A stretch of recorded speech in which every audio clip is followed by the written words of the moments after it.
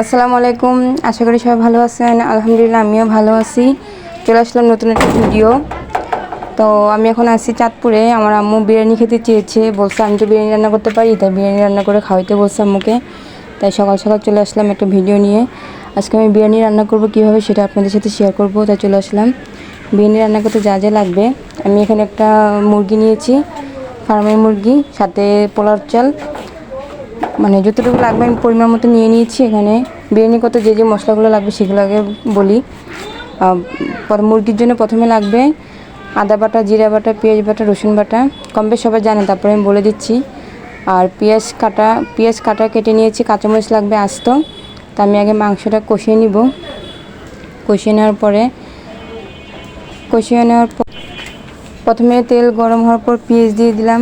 পেঁয়াজ দেওয়ার পরে তেজপাতা, গরম মশলা, দারচিনি, এলাচ, এক এক করে সব মশলা দিয়ে দিচ্ছি। একটু হালকা লাল লাল হয়ে আসলে প্রথমে আদা বাটা দিব, তারপরে রসুন, পেঁয়াজ, জিরা এক এক করে সব কিছু দিয়ে দিব।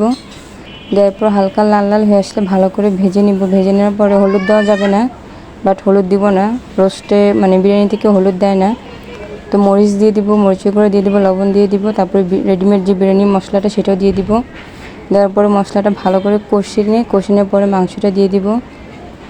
দিয়ে দেওয়ার পর ভালোভাবে নেড়ে চেড়ে কষানোর পরে বিরিয়ানির সাথে আলু খেতে ভালোবাসি, বাট আমার কাছে ভালো লাগে আলুটা, তাই আমি আলুটা দিলাম। অনেকে হয়তো নাও দিতে পারে, তো যাই হোক আলুটা মজা লাগে অনেক বিরিয়ানির মধ্যে, অনেকে ট্রাই করে দেখতে পারেন আলু দিয়ে। তাই আমি আলুও দিয়ে দিলাম কিছু। তো কিছুটা হয়ে আসলে কষানো প্রায় কাছাকাছি হয়ে আসলে কাঁচামরিচ দিয়ে দিবেন পরিমাণ মতো, টক দই, সব কিছু দিয়ে ভালো করে কষিয়ে রাখার পরে নামিয়ে ফেলবো। তো এখন আমি আলাদা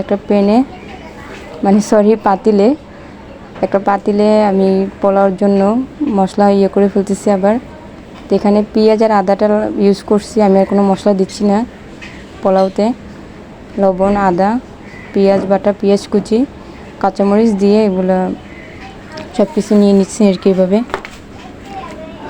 তো পরিমাণ মতো পানি দিয়ে বসানোর পরও হয়ে গেল আমাদের পোলাওটা হওয়ার পরে আমি দুটোটা মিক্সড করে ফেলি। মিক্সড করার পরে যে বিরিয়ানি হয়ে গেল।